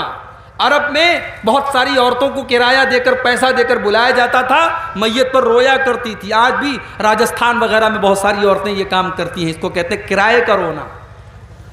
اور رونے کی 10ویں قسم موافقت کا رونا، کوئی رو رہا ہے اس کو روتے ہوئے دیکھ کر کے آپ رونے لگے، تو یہ رونے کی 10 قسمیں ہیں۔ لیکن اس میں جو رونا اللہ کو پسند ہے وہ یہ ہے کہ انسان اللہ کے خوف سے روئے۔ اب آئیے ذرا ہم نبی کی سیرت اٹھاتے ہیں اور ذرا دیکھتے ہیں کون کون سے ایسے موقع تھے جب اللہ کے پیارے نبی کی آنکھوں میں آنسو آئے۔ ایک واقعہ تو آپ نے سنا، اللہ کے نبی نے قرآن کی تلاوت سنی اور جب آپ کو اپنی ذمہ داری کا احساس ہوا آپ رونے لگے۔ آگے بڑھیے، بخاری کی ایک اور حدیث آپ کے سامنے پیش کر دیتا ہوں۔ اللہ کے نبی کے گھر میں بچہ پیدا ہوا، ماریا قبطیہ کے پیٹ سے بیٹا پیدا ہوا۔ آپ کو 4 بیٹیاں تھی حضرت خدیجہ سے، بیٹا جو بھی پیدا ہوتا تھا وہ بچپن میں ہی انتقال کر جاتا تھا۔ ایک بیٹے کا نام قاسم تھا، وہ بھی انتقال کر گیا۔ ایک بیٹے کا نام عبداللہ تھا، وہ بھی انتقال کر گیا۔ یہ تیسرا بیٹا تھا جو حضرت ماریا کے پیٹ سے پیدا ہوا۔ اس بچے کا نام اللہ کے نبی نے ابراہیم رکھا تھا۔ عرب کے دستور کے مطابق بچوں کو دیہات بھیج دیا جاتا تھا تاکہ دیہات میں دائی کا دودھ پئیں اور مضبوط ہو جائیں دیہات کے ماحول میں۔ اللہ کے نبی نے اپنے بچے کو دیہات میں بھیج دیا۔ ایک لوہار کی بیوی حضرت ابراہیم کو دودھ پلایا کرتی تھی۔ بچہ 1 1.5 سال کا ہو گیا۔ ایک دن اللہ کے نبی کے پاس خبر آئی کہ آپ کا بیٹا بیمار ہے۔ آپ اپنے صحابہ کو لے کر کے اپنے بچے کو دیکھنے کے لیے پہنچے۔ بخاری کے الفاظ ہیں، آپ جب پہنچے تو آپ کا بچہ آخری سانسیں لے رہا تھا۔ ابراہیم رضی اللہ تعالیٰ عنہ آپ کے بیٹے ہیں۔ آپ نے اپنے بیٹے کو گود میں لیا، وَنَفَسُهُ تَقَاقَعُ، بچے کی سانسیں اکھڑ رہی تھیں، بچہ آخری سانسیں لے رہا تھا۔ اپنے بیٹے کی موت کا یہ منظر دیکھ کر کے اللہ کے نبی کی آنکھوں میں آنسو آ گئے اور اللہ کے نبی رونے لگے۔ میرے پیارے ساتھیو، آج کہنے والے یہاں تک کہہ دیتے ہیں اللہ کے پلے میں وحدت کے سوا کیا ہے، لینا ہے جو لے لیں گے ہم دامان محمد سے۔ او لوگوں، اللہ کے فیصلے کے آگے تو میرے نبی بھی مجبور ہیں۔ اللہ کے نبی اللہ کے سب سے محبوب بندے ہیں، مگر اپنے بچے کی موت کا ٹائم آج آ گیا ہے تو اپنے بچے کو موت سے بچانے کی طاقت اللہ کے نبی کے اندر بھی نہیں ہے۔ بیٹا آخری سانسیں لے رہا ہے، بیٹا دم توڑ رہا ہے اور اللہ کے نبی کی آنکھوں میں آنسو ہیں۔ اور اللہ کے نبی کیا کہتے ہیں؟ ان العین تدمع والقلب یحزن ولا نقول الا ما یرضی ربنا۔ اے میرے بچے ابراہیم، تیرے باپ کا دل غمگین ہے، تیرے باپ کی آنکھوں سے آنسو بہ رہے ہیں، مگر تیرا باپ اپنی زبان سے کوئی ایسی بات نہیں نکالے گا جس سے اللہ ناراض ہو جائے۔ اے میرے بچے، تیرا باپ اپنی زبان سے کوئی ایسی بات نہیں نکالے گا جس سے اللہ ناراض ہو جائے۔ میرے نبی نے صبر کی مثال پیش کی۔ میرے بھائی، آج کتنی عورتوں کا بچہ مر جاتا ہے، عورتیں جذبات میں آ کر کے کہہ دیتی ہیں اللہ کو میرا ہی بیٹا اٹھانا تھا۔ خبردار ایسا جملہ کبھی استعمال مت کرو۔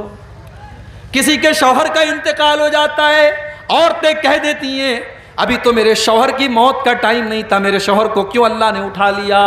میری پیاری ماں بہنوں، میرے پیارے ساتھیوں، موت کا ٹائم جب آتا ہے تبھی موت آتی ہے، 1 سیکنڈ پہلے نہیں، 1 سیکنڈ بعد میں نہیں۔ اللہ کے نبی اپنے بچے کی موت کے اوپر رو رہے ہیں مگر زبان سے کوئی ایسی بات نہیں نکالتے جس سے اللہ ناراض ہو جائے۔ اور اگر آپ نے مرنے والے کا نام لے لے کر کے آپ نے رونا پیٹنا کیا تو مرنے والے کو تکلیف ہوگی۔ اللہ کے پیارے نبی فرماتے ہیں ان المیت یعذب ببکاء اہلہ، مرنے والا اپنے گھر والوں کے رونے کی وجہ سے اس کو عذاب دیا جاتا ہے۔ اگر رونے والے شریعت کے خلاف طریقے سے روتے پیٹتے ہیں تو اس کو عذاب دیا جاتا ہے مرنے والے۔ اور آگے بڑھیے، اللہ کے نبی کی آنکھوں میں آنسو کب آئے؟ آپ کی بیٹی زینب، ان کے گھر میں ایک بچہ تھا، بچے کے انتقال کا ٹائم آ گیا، بچے کی موت کا ٹائم آ گیا۔ حضرت زینب نے اللہ کے نبی کے پاس پیغام بھجوایا کہ آپ کے نواسے کا آخری ٹائم ہے، آپ جلدی سے چلے آئیے، اپنے نواسے کو دیکھ لیجئے۔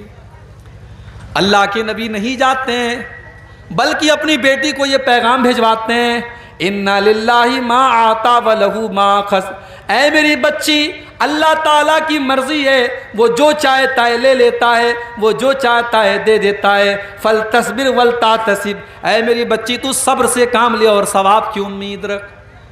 آپ کی بیٹی زینب نے دوبارہ پھر پیغام بھجوایا، اے ابا جان، میں اللہ کا واسطہ دیتی ہوں کہ آپ ایک بار میرے گھر چلے آئیے۔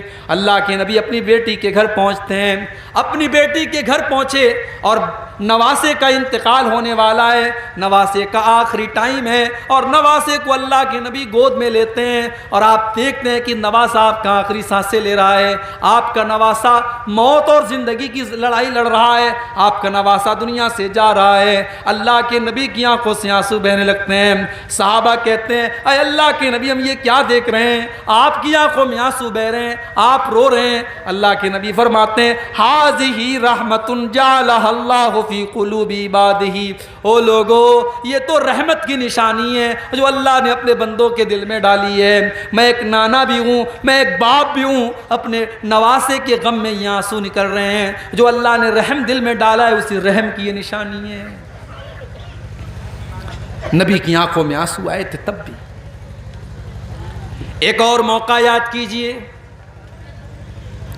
بدر کا میدان ہے، 17 رمضان کو بدر کی لڑائی لڑی گئی، 16 رمضان کی رات بدر کے میدان میں اللہ کے پیارے نبی قبلہ کی طرف ہاتھ اٹھا کر کے دعائیں کر رہے ہیں اور کہہ رہے ہیں، اللہم آتنی ما وعدتنی، اللہم انجز لی ما وعدتنی، اے اللہ تو نے جو وعدہ کیا ہے تو اپنا وعدہ پورا فرما، اے اللہ تو اپنے وعدے کا پکا ہے، تو اپنا وعدہ پورا فرما۔ اللہم ان تہلک ہذہ العصابۃ لا تعبد فی الارض، اے اللہ اگر یہ مٹھی بھر تیرے ماننے والے آج اگر ہلاک ہو گئے، یہ 313 اگر آج ہلاک ہو گئے تو اے اللہ پھر روئے زمین پر تیری عبادت کرنے والا کوئی نہ ہوگا، تجھے سجدہ کرنے والا کوئی نہ ہوگا۔ یہ کہہ کر کہ اللہ کے نبی رو رہے ہیں، آپ کی آنکھوں میں آنسو بہ رہے ہیں، اور آپ اللہ کی بارگاہ میں رو رو کر کے دعائیں کر رہے ہیں۔ حضرت ابو بکر صدیق آتے ہیں اور پیچھے سے آپ کو چمٹ جاتے ہیں اور کہتے ہیں، کفاک مناشدتک ربک، اے اللہ کے نبی بس کیجئے، آپ کا رب آپ کو مایوس نہیں کرے گا، آپ کا رب آپ کی دعا کو ضرور قبول کرے گا۔ اور دنیا نے دیکھا کہ 313 مسلمان 1000 کے اوپر غالب آ گئے، اللہ نے 1000 کے اوپر ان کو کامیابی سے نوازا۔ ایک اور موقع پر میرے نبی کی آنکھوں میں آنسو آئے تھے، رات کا ٹائم تھا، اللہ کے نبی قرآن پڑھ رہے تھے، اور قرآن پڑھتے پڑھتے آپ کی نظر اس آیت پر پڑی۔ ابراہیم علیہ السلام اپنے رب سے دعا کرتے ہیں، فَمَن تَبِعَنِي فَإِنَّهُ مِنِّي وَمَنْ عَصَانِي فَإِنَّكَ غَفُورٌ رَحِيمٌ، اے اللہ میری امت کے اندر جو میری پیروی کرے گا وہ میرا امتی ہے، اور جو میری نافرمانی کرے گا تو تو غفور الرحیم ہے، تو معاف کر دینا۔ اس کے بعد اللہ کے نبی نے عیسیٰ علیہ السلام کی دعا پڑھی، ان تعذبہم فإنہم عبادک وإن تغفر لہم فإنک انت العزیز الحکیم، اے اللہ اگر تو ان کو عذاب دے دے گا تو یہ تو تیرے بندے ہیں، اور اگر تو معاف کر دے گا تو تو طاقت والا ہے، تو حکمت والا ہے۔ اللہ کے پیارے نبی نے سوچا کہ عیسیٰ نے تو اپنی امت کے لیے دعا مانگ لی، ابراہیم نے تو اپنی امت کے لیے دعا مانگ لی، میری امت کے گنہگاروں کا کیا ہوگا، میری امت کے خطا کاروں کا کیا ہوگا؟ آپ نے ہاتھ اٹھائے، صحیح مسلم کے الفاظ ہیں، آپ روتے ہوئے کہنے لگے، اللہم امتی، اللہم امتی، اے اللہ میری امت کا کیا ہوگا، اے اللہ میری امت کا کیا ہوگا؟ کبھی غور کیا آپ نے؟ میرے نبی کو نمازیوں کی چنتا نہیں ہے، میرے نبی کو بے نمازیوں کی چنتا ہے، میرے نبی کو تہجد پڑھنے والوں کی فکر نہیں ہے، میرے نبی کو تو اپنی امت کے گنہگاروں کی فکر ہے کہ ان کا بیڑا کیسے پار ہوگا، وہ کیسے قیامت کے دن نجات پائیں۔ آپ اپنی امت کے گنہگاروں کے لیے رو رہے ہیں اور اللہ کی بارگاہ میں دعا کر رہے ہیں کہ اللہ میری امت کو بچا لینا، اے اللہ میری امت کو بچا لینا۔ اللہ نے جبریل کو بھیجا، اے جبریل جاؤ میرے نبی سے پوچھو کیوں رو رہے ہو؟ آپ نے فرمایا میں اپنی امت کے لیے رو رہا ہوں۔ حضرت جبریل نے فرمایا اے اللہ کے نبی، اللہ تعالیٰ یہ کہہ رہا ہے اِنَّا سَنُرْضِيكَ فِي أُمَّتِكَ وَلَا نَسُوءُكَ، ہم آپ کی امت کے بارے میں آپ کو خوش کر دیں گے، آپ کو پریشان ہونے کی ضرورت نہیں ہے۔ اگر آپ کی امت توحید کے اوپر قائم رہے گی، اگر ایمان کے اوپر قائم رہے گی، اگر شرک نہیں کرے گی، اگر غیر اللہ کے در پہ سر نہیں جھکائے گی، تو آپ کی امت کا بیڑا پار ہو جائے گا۔ وہ نبی ہم سے کتنا پیار کرتے تھے میرے بھائی۔ سلام اس پر جو امت کے لیے راتوں کو روتا تھا، سلام اس پر جو فرش خاک پر جاڑے میں سوتا تھا، سلام اس پر کہ جس کے گھر میں چاندی تھی نہ سونا تھا، سلام اس پر کہ ٹوٹا بوریا جس کا بچھونا تھا، سلام اس پر کہ جس نے خون کے پیاسوں کو قبائیں دیں، سلام اس پر کہ جس نے گالیاں سن کر دعائیں دیں۔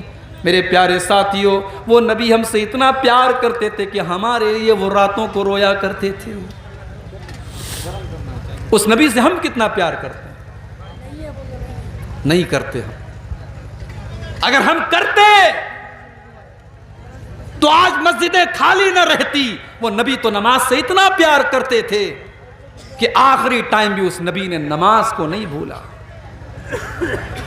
سوموار کے دن آپ کا انتقال ہوتا ہے، سنیچر کے دن آپ کی طبیعت بہت خراب ہے، آپ بے چین ہیں، بے قرار ہیں، بار بار آپ چادر کو پھینک رہے ہیں۔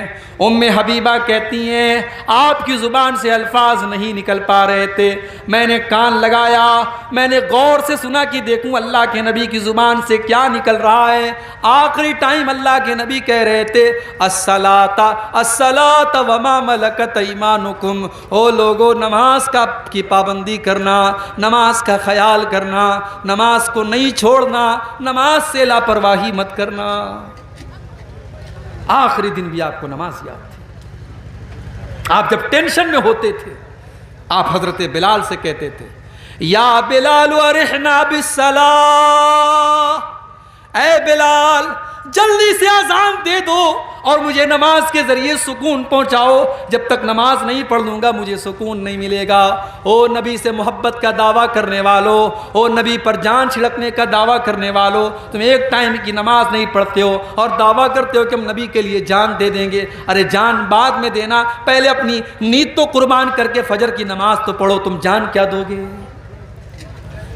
نماز نہیں پڑھتے کیوں صاحب؟ ارے مولوی صاحب دکان بھی تو چلانا ہے۔ ایک جگہ میں نے بڑی اچھی بات پڑھی تھی، ایک دکان کے باہر لکھا تھا کہ اپنے کام سے کہو کہ نماز کا ٹائم ہے، نماز سے مت کہو کہ مجھے کام ہے، نماز سے مت کہو کہ مجھے کام ہے، اپنے کام سے کہہ دو کہ میری نماز کا ٹائم ہے، میں تیرے لیے نماز کو نہیں چھوڑ سکتا۔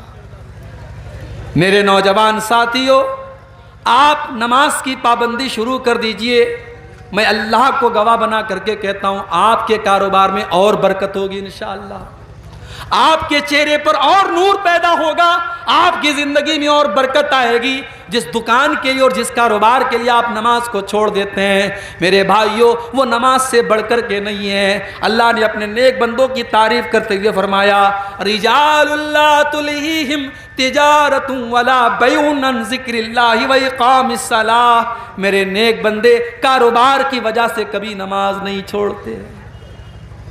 میرے نبی کبھی بددعا نہیں کرتے تھے کسی کے اوپر، کبھی کسی کے اوپر جلدی بددعا نہیں کرتے تھے، مگر جب جان بوجھ کر کے کافروں سے لڑائی کی وجہ سے آپ کی عصر کی نماز قضا ہو گئی اور ان سے جنگ کرنے کی وجہ سے سورج ڈوب گیا اور عصر کی نماز آپ کی قضا ہو گئی. تو بخاری کے الفاظ ہیں، آپ نے بددعا کرتے ہوئے فرمایا ملا اللہ بیوتہم وقبورہم نارا، اللہ ان کے گھروں کو اور ان کی قبروں کو جہنم کی آگ سے بھر دے. شغلونا عن الصلاۃ الوسطیٰ، ان کی وجہ سے ہماری عصر کی نماز قضا ہو گئی، ان کی وجہ سے ہماری عصر کی نماز چھوڑی. اتنی محبت تھی اللہ کے نبی کو نماز. سوموار کے دن آپ کا انتقال ہوتا ہے، فجر کی نماز مسجد کے اندر چل رہی ہے، ابو بکر صدیق نماز پڑھا رہے ہیں، صحابہ پیچھے نماز پڑھ رہے ہیں. اللہ کے پیارے نبی حجرے عائشہ کا پردہ ہٹاتے ہیں، سامنے حضرت ابو بکر نماز پڑھا رہے ہیں اور سب لگی ہوئی ہے، صحابہ نماز پڑھ رہے ہیں. اللہ کے نبی مسکرانے لگتے ہیں، آپ کے چہرے پر مسکراہٹ آ جاتی ہے. اچھا، جب میرے نبی مسکراتے تھے نا، ایسا لگتا تھا 14ویں کا چاند چمک رہا ہے، ایسا لگتا تھا کہ دنیا کی ساری خوبصورتی ختم ہے میرے نبی کے اوپر. وہ حسان بن ثابت نے کہا تھا نا، وَأَحْسَنَ مِنْكَ لَمْ تَرَ قَطُّ عَيْنِي وَأَجْمَلَ مِنْكَ لَمْ تَلِدِ النِّسَاءُ. اے میرے نبی، آپ سے زیادہ حسین و جمیل انسان کو کسی ماں نے جنم نہیں دیا اور آپ سے زیادہ خوبصورت انسان میں نے کبھی نہیں دیکھا. یوسف علیہ السلام کو مصر کی عورتوں نے دیکھا تو اپنے ہاتھ کاٹ لیے تھے. سوچو اگر انہوں نے میرے نبی کو دیکھا ہوتا تو کیا حال ہوتا. میرے عزیزوں، اتنے خوبصورت تھے اللہ کے نبی. آپ نے صحابہ کو نماز پڑھتے ہوئے دیکھا، آپ کے چہرے پر مسکراہٹ آ گئی. یہ مسکراہٹ کیوں تھی؟ یہ سکون کی علامت تھی، یہ پہچان تھی کہ میری امت میرے بعد بھی اپنے مشن پر قائم ہے، میرے بعد بھی نماز چل رہی ہے، میرے جانے کے بعد بھی میرے صحابہ نماز پڑھتے رہیں گے. میرا مشن کامیاب ہے، میرے مشن پر میرے صحابہ چل رہے ہیں. یہ سکون تھا جس کی وجہ سے اللہ کے نبی کے چہرے پر مسکراہٹ پھیل گئی اور آپ ہنسنے لگے. اور صحابہ کہتے ہیں کہ ہمیں نماز کی حالت میں یہ محسوس ہو گیا کہ اللہ کے نبی حضرت عائشہ کے حجرے کے دروازے پر کھڑے ہیں اور مسکرا رہے ہیں. صحابہ نے کہا ہمیں ڈر ہوا کہیں ہم نماز چھوڑ کے بھاگ نہ جائیں، ہم پیچھے ہٹنے لگے. اللہ کے نبی نے اشارہ کیا کہ نماز کو کنٹینیو رکھو، اور اس کے بعد آپ نے پردے کو دوبارہ گرا دیا اور اس کے بعد آپ کا انتقال ہو گیا. یہ آخری دیدار تھا جو اللہ کے نبی کا صحابہ نے دیکھا تھا. تو نبی کی آنکھوں سے تب بھی آنسو آئے تھے. ایک دو واقعہ اور سنا کر کے بات میں ختم کرتا ہوں، رات کے 1:30 بج رہے ہیں. ایک اور موقع پر اللہ کے نبی کی آنکھ سے آنسو آئے تھے. بڑے غور سے سنیں، ہماری مائیں بہنیں اس واقعے کو سنیں. ایک صحابی اللہ کے نبی کے پاس آتے ہیں، صحیح ابن حبان کی صحیح روایت ہے. اے اللہ کے نبی، ہم دور جاہلیت میں بہت سارے غلط کام کرتے تھے، بتوں کی پوجا کرتے تھے، مردار کھایا کرتے تھے.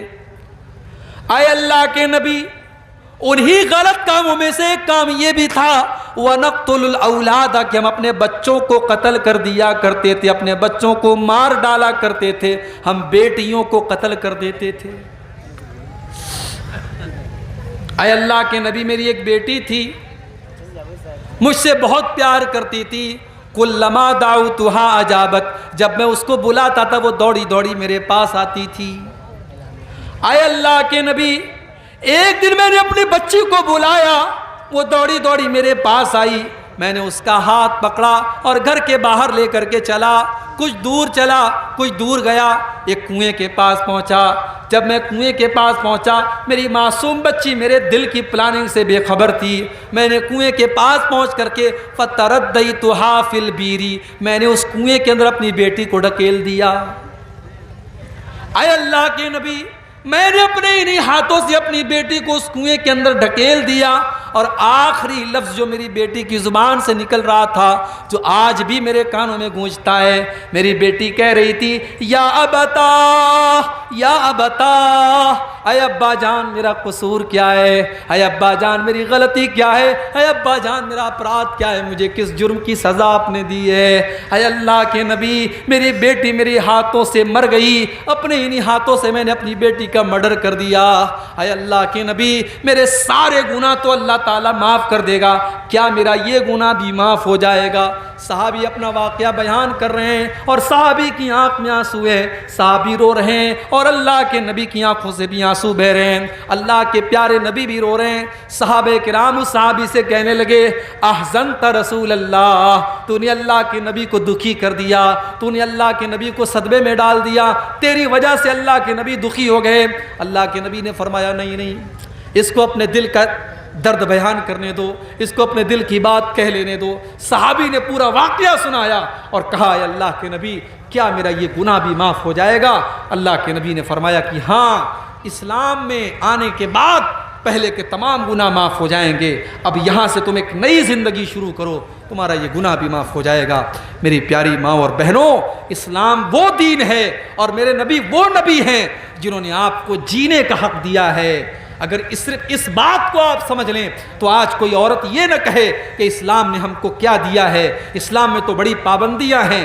اگر اسلام آپ سے یہ کہہ رہا ہے کہ آپ پردے میں رہیے، آپ گھر کے اندر رہیے، آپ بلا ضرورت گھر کے باہر مت نکلیے، تو یہ پابندی بھی اسلام آپ کی بھلائی کے لیے لگا رہا ہے، کیونکہ اسلام وہ دین ہے جس نے آپ کو جینے کا حق دیا ہے اور جس نے آپ کو دنیا میں آنے کے بعد آپ کو کلنک مانا جاتا تھا، اسلام نے آ کر کے بتایا ہے کہ نہیں، بیٹی کلنک نہیں ہوتی ہے، بیٹی تو دنیا کے لیے رحمت ہوتی ہے۔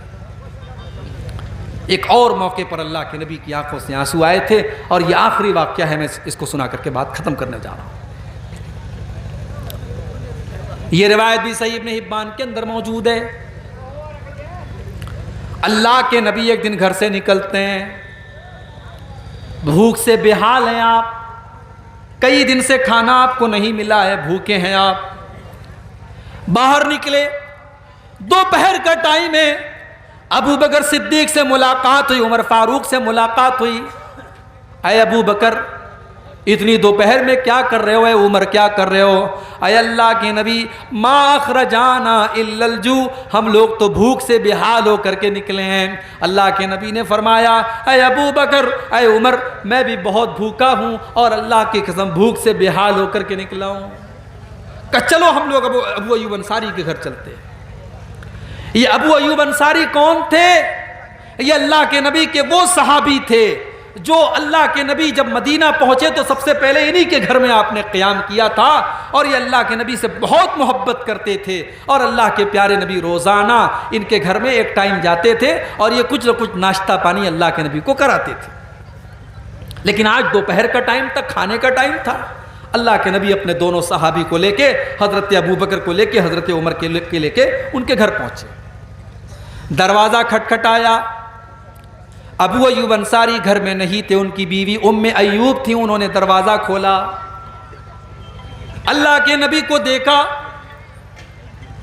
اللہ کے رسول کو دیکھ کر کے وہ ویلکم کرنے لگی، مبارکباد دینے لگی، مرحبا برسول اللہ، اے اللہ کے نبی آپ کا آنا مبارک ہو، خوش آمدید، ویلکم، اے اللہ کے نبی آپ کا آنا مبارک ہو، آپ کے ساتھیوں کا آنا مبارک ہو۔ آپ نے پوچھا کیا ابو ایوب انصاری گھر پر ہیں؟ کہا نہیں، وہ تو کھیت میں کام کر رہے ہیں۔ اتنا سننا تھا، ابو ایوب انصاری کو بھی بھنک لگی، وہ دوڑے دوڑے گھر میں آئے، اے اللہ کے نبی کیا بات ہے، آج دوپہر کے ٹائم آپ ہمارے گھر میں آئے ہیں، آپ کا آنا مبارک ہو، بتائیے میں کیا خدمت کر سکتا ہوں؟ اے ابو ایوب، بہت تیز بھوک لگی ہے، کچھ کھانے کا لاؤ۔ ابو ایوب انصاری باغ میں جاتے ہیں اور کھجور کا ایک گچھا توڑ کر کے لاتے ہیں، کھجور کا ایک گچھا توڑ کر کے لاتے ہیں، اس میں کئی طریقے کی ورائٹی ہے کھجوروں کی، اس میں تر کھجور بھی ہے، اس میں سوکھی کھجور بھی ہے، اس میں چھوارا بھی ہے، اس میں کئی طریقے کی کھجوریں وہ لا کر کے اللہ کے نبی کے سامنے رکھ دیتے ہیں، ٹھنڈا ٹھنڈا پانی لا کے رکھ دیتے ہیں۔ اے اللہ کے نبی گوشت کھائیں گے؟ ہاں کھا لیں گے۔ اے اللہ کے نبی بکری ذبح کر دوں؟ ہاں کر لو، لیکن دودھ والی بکری مت ذبح کرنا۔ ابو ایوب انصاری جاتے ہیں اور ایک بکری ذبح کرتے ہیں اور آدھی بکری کا گوشت بھون دیتے ہیں اور آدھے کا سالن بنا لیتے ہیں۔ بیوی سے کہتے تو روٹی بنا، بیوی روٹی بنا دیتی ہے اور دو طریقے کا گوشت لاتے ہیں، روٹی لاتے ہیں اور اللہ کے نبی کے سامنے رکھ دیتے ہیں۔ اللہ کے نبی کی نظر گوشت پر پڑتی ہے، آپ کہتے ہیں کہ اے ابو ایوب، ارسل ہو الی فاطمہ، یہ گوشت تھوڑا سا میری بیٹی فاطمہ کو بھجوا دو. ارسل ہو الی فاطمہ فإنها لم تصب منها منذ ایام. اے ابو ایوب، کئی دنوں سے میری بیٹی نے گوشت نہیں کھایا ہے، میری بیٹی کو کئی دنوں سے گوشت نصیب نہیں ہوا ہے. اے ابو ایوب، اس میں سے تھوڑا سا گوشت تو میری بیٹی کے پاس بھجوا دو. میرے نبی اللہ کے سچے نبی تھے. آپ کے اہل بیت نے، آپ کے گھر والوں نے، آپ کی بیٹی نے، آپ کی بیٹیوں نے، آپ کی بیویوں نے کتنی تکلیف اٹھائی میرے بھائی. آپ کی بیٹی نے کئی دن سے گوشت نہیں کھایا ہے. فوراً حضرت ابو ایوب انصاری نے گوشت نکالا، حضرت فاطمہ کے گھر بھجوا دیا. اس کے بعد اللہ کے نبی اپنے دونوں صحابی کو لے کر کے کھانا کھانے لگے. گوشت بھی موجود ہے، روٹی بھی موجود ہے، کھجوریں بھی موجود ہے، ٹھنڈا ٹھنڈا پانی بھی موجود ہے. اللہ کے نبی کی آنکھوں سے آنسو بہنے لگے. اے ابو بکر، اے عمر، ابھی ہم لوگ کتنے بھوکے پیاسے تھے اور ابھی اللہ نے کتنی نعمتوں سے نواز دیا. یہ دیکھو کئی طریقے کی کھجوریں ہمارے سامنے، یہ دیکھو ٹھنڈا ٹھنڈا پانی ہمارے سامنے، یہ دیکھو 2 طریقے کا گوشت ہمارے سامنے، یہ دیکھو روٹی ہمارے سامنے. اے ابو بکر، اے عمر، یہی وہ نعمتیں جن نعمتوں کا اللہ تعالیٰ سوال کرے گا کل قیامت کے دن، اور جس کے بارے میں اللہ نے قرآن میں فرمایا لَتُسْأَلُنَّ يَوْمَئِذٍ عَنِ النَّعِيمِ. میرے بندو، تم سے اللہ تعالیٰ کی نعمتوں کے بارے میں سوال کیا جائے گا. اے ابو بکر، یہ اللہ کی نعمت ہے، ابھی ہم بھوکے تھے اور ابھی طرح طرح کا کھانا ہمیں مل رہا ہے. اس نعمت کا ہم کو قیامت کے دن حساب دینا پڑے گا.